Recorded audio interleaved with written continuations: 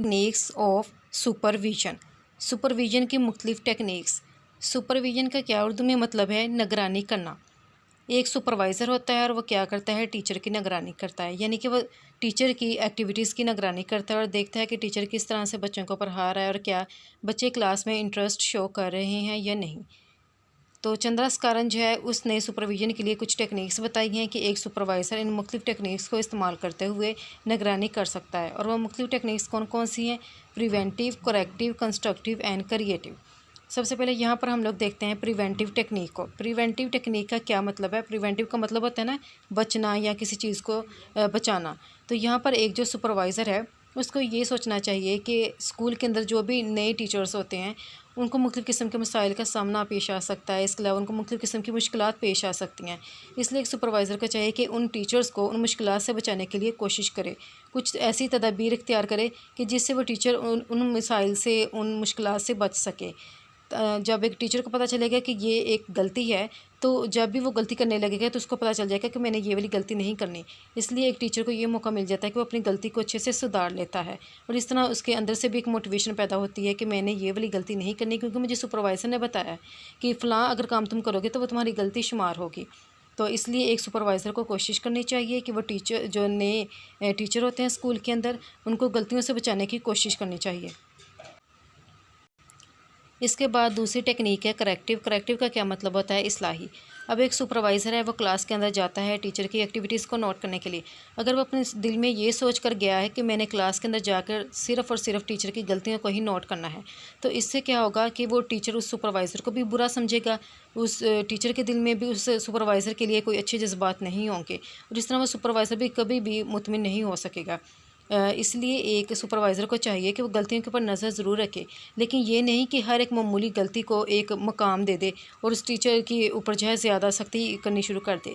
तो उस सुपरवाइज़र को चाहिए कि जो मामूली गलतियाँ हों उनको वो नज़रअंदाज करे, लेकिन एक कोई ऐसी बड़ी गलती जो कि उस स्कूल की एजुकेशन का जो गोल है उसके अंदर किसी किस्म की कोई रुकावट बन रही हो, तो उसको चाहिए कि उस गलती को वो नोट ज़रूर करे और उस टीचर की इस्लाह करने की कोशिश करे, क्योंकि अगर वो इस्लाह नहीं करेगा तो जो उस्ताद है वो भी अच्छे तरीके से क्लास को नहीं पढ़ा सकेगा। इसलिए सुपरवाइज़र को चाहिए कि वो सिर्फ़ मामूली गलतियाँ जो होती हैं उनको नज़रअंदाज करे और ऐसी गलती जो कि तालीमी मकासद के हसूल में रुकावट बन रही हो तो सुपरवाइज़र को चाहिए कि उस गलती की इस्लाह करे।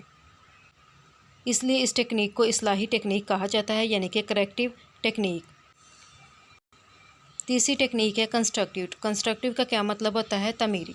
यानी कि एक सुपरवाइज़र को चाहिए कि जब टीचर की नशोनुमा हो रही होती है कि उसने बच्चों को किस तरह से पढ़ाना है, तो उस सुपरवाइज़र को चाहिए कि वो टीचर को बताए कि असल में टीचिंग कहते किसे हैं।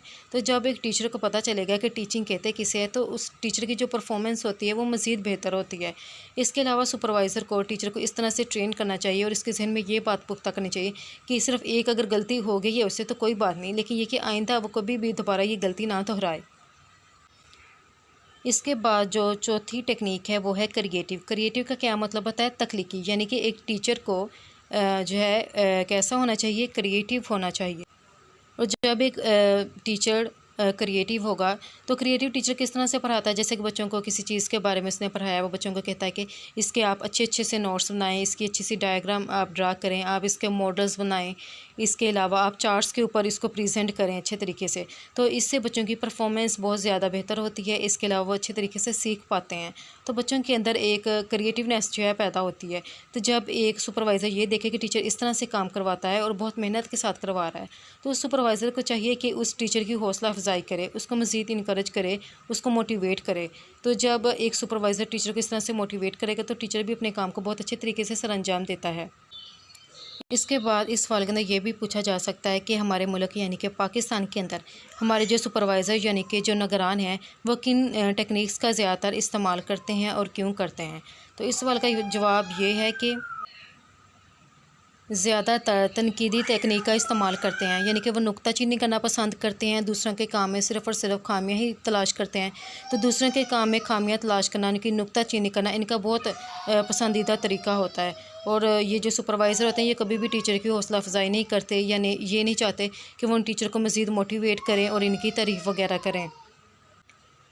تو اس قسم کی جو سپرویژن ہوتی ہے اس کی ایک وجہ یہ بھی ہوتی ہے کہ ہمارے ملک کے اندر اکثر اس انسان کو سپروائزر بنا دیا جاتا ہے جس کی عمر تھوڑی زیادہ ہوتی ہے، یعنی کہ وہ بزرگ ہوتا ہے اور تعلیم کے شعبے میں اس نے کافی عرصہ پڑھاتے ہوئے گزار دیا جاتا ہے، تو اس کے بارے میں یہ سوچا جاتا ہے کہ اس انسان نے تو تعلیم کے شعبے میں کافی زیادہ سال گزارے ہیں، تو اس کو تو کافی زیادہ تجربہ ہے کہ کس طرح سے سپرویژن کرنی ہے، یعنی کس طرح سے اس بندے نے نگرانی کرنی ہے، جبکہ اس انسان کو اس چیز کے بارے میں کوئی نالج ہی نہیں ہوتا۔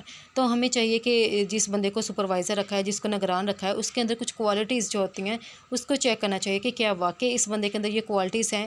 اگر اس کے اندر وہ کوالٹیز ہیں، اس کا مطلب ہے کہ یہ والا بندہ جو ہے اس سپروائزر کے لیے ایلیجیبل ہے۔ دوسرا جو ٹاپک ہے وہ ہے رول آف اے سپروائزر، یعنی کہ ایک سپروائزر کا کیا کردار ہوتا ہے۔ تو ایک سپروائزر کو صرف اس بات کے اوپر ہی نوٹ نہیں کرنا چاہیے کہ اس نے صرف ٹیچر کی خامیوں کو تلاش کرنا ہے، یعنی کہ اس کی صرف اور صرف ابیلٹیز کو ہی چیک کرنا ہے، بلکہ سپروائزر کے کچھ اور بھی کرنے والے کام ہوتے ہیں، اور اس کے جو رول ہیں اس کو ہم نے 2 پارٹ کے اندر ڈیوائڈ کیا ہے۔ ایک ہے ایڈمنسٹریٹو رول اور دوسرا ہے ایکڈیمک رول۔ ایڈمنسٹریٹو رول کے اندر کیا آتا ہے کہ ایک سپروائزر کو یہ چیک کرنا چاہیے کہ اسکول کو جو بیسک فیسلٹیز چاہیے، یعنی کہ جو سہولیات چاہیے، کہ کیا اس نے اس اسکول کو وہ والی سہولیات پرووائڈ کی ہیں۔ اس کے علاوہ اسکول پلان جس کے اندر اسکول کی بلڈنگس، لائبریری، آپریٹرس، اکوپمنٹ، اس کے علاوہ لیبس وغیرہ، تو ان کی سیفٹی بھی چیک کرنی چاہیے اور ان کی سیکیورٹی جو ہے اس کو بھی یقینی بنانا چاہیے۔ اس کے علاوہ سپروائزر کو یہ اس بات کو بھی یقینی بنانا چاہیے کہ ٹیچر کو جس قسم کی کنڈیشنز کی ضرورت ہے، جس قسم کی سروس کی ضرورت ہے، کہ کیا سپروائزر نے ٹیچر کو وہ والی سروس پرووائڈ کی ہے، کیونکہ جو ان کو سہولیات کی ضرورت ہے وہ والی چیزیں اس نے پرووائڈ کی ہے یا نہیں۔ اس کے علاوہ ٹیچر کے اوپر جو ورک لوڈ ہوتا ہے اس کی بھی پراپر ڈسٹریبیوشن کرنی چاہیے، یہ نہیں کہ سائنس کے ٹیچر کے اوپر بہت زیادہ ورک لوڈ ہو، میتھ کے ٹیچر کے اوپر بہت زیادہ ورک لوڈ ہو اور باقیوں کے اوپر کام ہو، یعنی کہ ہر ایک کے اوپر برابر کا ہی ورک لوڈ ہونا چاہیے۔ اس کے علاوہ ٹیچر کی جو بہبود وغیرہ ہے اس کے کام میں بھی اس کو اس کی مدد کرنی چاہیے۔ اس کے علاوہ اس کو چاہیے کہ وہ اسکول کے لیے جتنی بھی فیسلٹیز ہیں اس کو پرووائڈ کرنے کی کوشش کرے۔ اس کے علاوہ جو اسکول گرانٹس ہیں اس کی جو سینکشن اور جو پیمنٹ ہے اس کے اوپر بھی نظر رکھنی چاہیے۔ اس کے علاوہ ایک جو سپروائزر ہے اس کو چاہیے کہ وہ اسکول کے گریڈس وغیرہ کو بھی چیک کرے، اس سے اس کو پتہ چلے گا کہ اسکول جو ہے کس پوزیشن کے اوپر ہے۔ اس کے علاوہ اسکول کے اندر مختلف قسم کی جو اسکالرشپس آتی ہیں اس کو بھی دیکھے کہ کون سے بچے ہیں اس کے لیے ایلیجیبل ہیں اور ان کو جو ہے وہ والی اسکالرشپ ایوارڈ دے۔ اور دوسرا جو سپروائزر کا رول ہے وہ ہے ایکڈیمک رول، یعنی کہ یہ تعلیم کے اندر ہے، اور کس طرح سے اس کو کرنا ہے کہ ایک سپروائزر کو چاہیے کہ وہ ٹیچنگ جو ایکٹیویٹیز ہیں ان کو نوٹ کرے۔ اس کے علاوہ بچوں کی جو لرننگ ایکٹیویٹیز ہیں اس کو بھی دیکھے کہ ٹیچر جس طرح سے پڑھا رہا ہے کہ کیا واقعی بچے جو ہے وہ لرن کر رہے ہیں کہ نہیں۔ اس طرح اس کو پتہ چلتا ہے کہ ٹیچر کا جو پڑھانے کا طریقہ کار ہے وہ افیکٹو ہے یا نہیں۔ اس کے علاوہ اس ٹیچر کو چاہیے کہ تعلیم کا جو معیار ہے اس کو برقرار رکھنے کی کوشش کرے اور اس کو مزید امپروو کرنے کی کوشش کرے۔ اس کے علاوہ اگر بچوں کو کسی کام کی یعنی کہ ٹیچر کے جو ٹیچنگ میتھڈ ہے اس کی سمجھ نہیں آ رہی تو اس کو چاہیے کہ ٹیچر کو بتائے کہ وہ کس طرح سے امپروو کر سکتا ہے۔